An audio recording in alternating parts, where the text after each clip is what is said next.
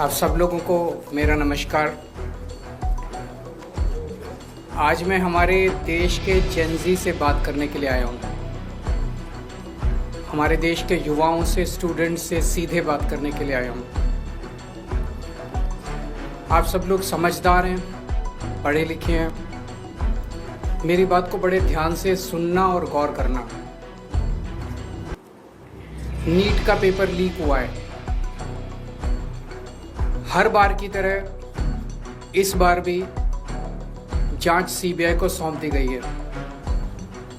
हर बार की तरह इस बार भी सीबीआई ने 10-15 लोगों को गिरफ्तार कर लिया है। हर बार की तरह इस बार भी 3-4 महीने में ये सारे छूट जाएंगे, इनको बेल मिल जाएगी।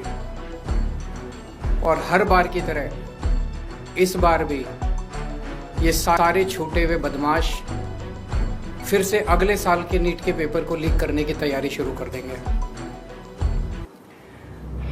मैं आप सब लोगों से पूछना चाहता हूं, थक नहीं गए ये सब सुन सुन के? बड़ी घिसी पिटी सी स्क्रिप्ट है, बड़ी घिसी पिटी सी स्टोरी है। सीबीआई पे भरोसा बचा है क्या?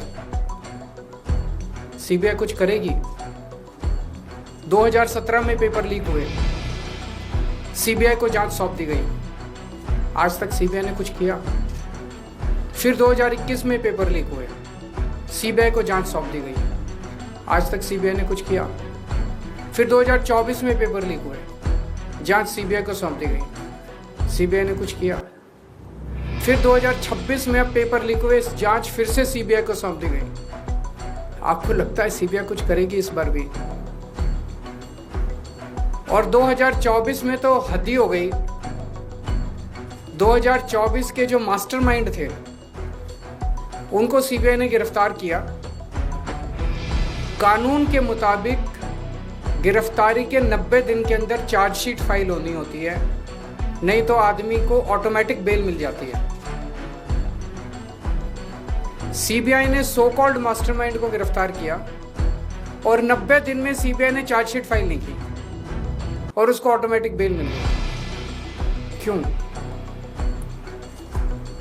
आपको लगता है कि सीबीआई ने इसलिए चार्जशीट फाइल नहीं की क्योंकि सीबीआई इनएफिशिएंट है? ना, सीबीआई इनएफिशिएंट नहीं है। सीबीआई में बड़े अच्छे अफसर हैं। क्योंकि सीबीआई उन्हीं लोगों को रिपोर्ट करती है जो इस देश में पेपर लीक करवा रहे हैं। सीबीआई किसी को सजा दिलवा ही नहीं सकती। एक बार इस सारे देश की भी बात करते हैं। 2014 से जब से मोदी सरकार आई है, टोटल हमारे देश में 93 पेपर लीक हुए हैं, 93। और इनमें अधिकतर paper double engine, triple engine की बीजेपी की, एनडीए की सरकारों में लीक हुए हैं। लगभग 6 करोड़ युवाओं का भविष्य इन 93 पेपरों में बंद था। 6 करोड़ लोगों का भविष्य बर्बाद हो गया इन 93 पेपर जो लीक हुए। इनमें मोस्टली पेपर लीक हुए राजस्थान में, उत्तर प्रदेश में, उत्तराखंड में और गुजरात में। इन 4 राज्यों में सबसे ज्यादा पेपर लीक हुए। इन चारों राज्यों में बीजेपी की सरकार है। तो ये इत्तेफाक नहीं है कि इन चारों राज्यों में बीजेपी की सरकार है, केंद्र में बीजेपी की सरकार है, नीट का पेपर लीक हो गया। और अभी पिछले 1-2 दिन से खबरें आई हैं, ये जो नीट का पेपर लीक हुआ है इसका एपिसेंटर भी राजस्थान है। और इनमें जो 2-4 लोगों के ऊपर सुई गई है वो भी बीजेपी के नेता दिखाई देते हैं। तो इससे शक तो पैदा होता है कि क्या इन सारे पेपर लीक में इनके नेता शामिल हैं या इनकी पार्टियों का या सरकारों का संरक्षण है, या सीधे सीधे इनके नेता ही पेपर लीक करवा रहे हैं, उन्हीं का धंधा है। और अगर ऐसा है तो सीबीआई की जांच इसमें बेचारी क्या करेगी? सीबीआई इसमें बेचारी क्या करेगी? तो मेरा जेनजी से सीधा सीधा, देश के युवाओं से सीधा सीधा पूछना है कि ऐसे ही चलेगा या कुछ करना है? ऐसे ही हर साल आप देखो, 2017 में पेपर लीक हुए, उसके 4 साल बाद 2021 में हुए, उसके 3 साल बाद 2024 में हुए, उसके 2 साल बाद 2026 में हुए, अब उसके 1 साल बाद 2027 में होंगे और हर साल पेपर लीक होंगे अगर आपने कुछ नहीं किया तो। अगर नेपाल का और बांग्लादेश का जेनजी सड़कों पे उतर के अपने देश की सरकारों को बदल सकता है तो हमारे देश का जेनजी पेपर लीक करने वाले मंत्रियों को जेल नहीं भेज सकता है। मुझे अपने देश के जेनजी पे पूरा भरोसा है। ये देश आपका है।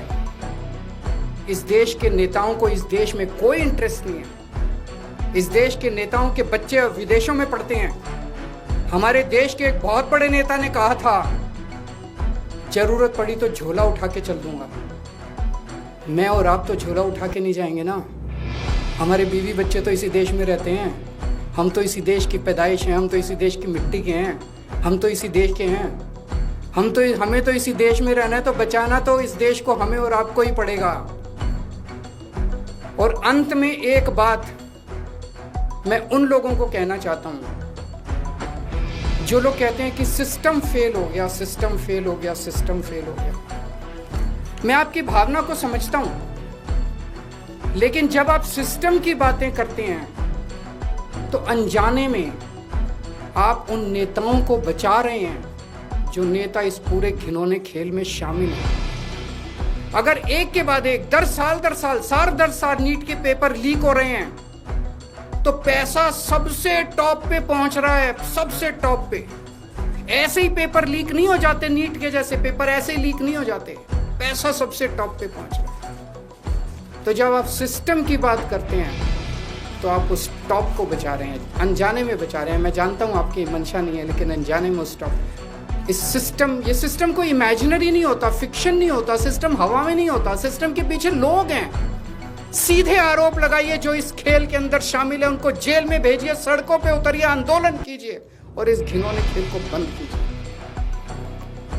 आज एक दूसरी बात भी मैं उठाना चाहता हूं जो इस देश के लोग फेस कर रहे हैं। अभी खबर आई है कि पिछले 2-3 दिन में रशिया से एक जहाज चला गैस लेके हमारे देश की ओर। हमारे देश को गैस सप्लाई करने के लिए रशिया से एक जहाज चला।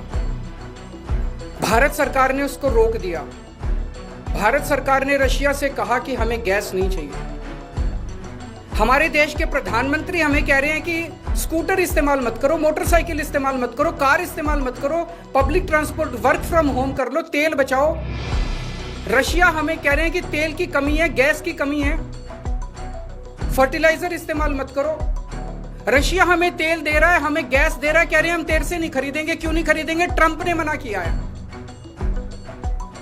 तो मोदी जी ट्रंप के सामने क्यों झुके हुए हैं? 140 करोड़ लोगों का हित जरूरी है कि ट्रंप जरूरी है?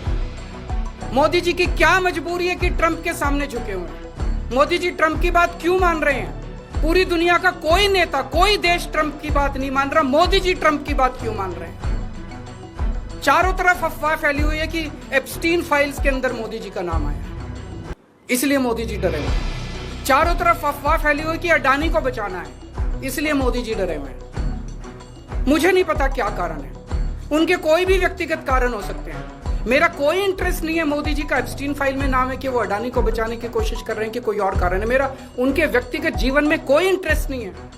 लेकिन मैं मोदी जी को कहना चाहता हूं कि 140 करोड़ लोगों के, आप एक तरफ इनको कह रहे हो कि गैस मत इस्तेमाल करो, पेट्रोल मत इस्तेमाल करो, किफायत करो, और दूसरी तरफ रशिया से तेल नहीं खरीद रहे।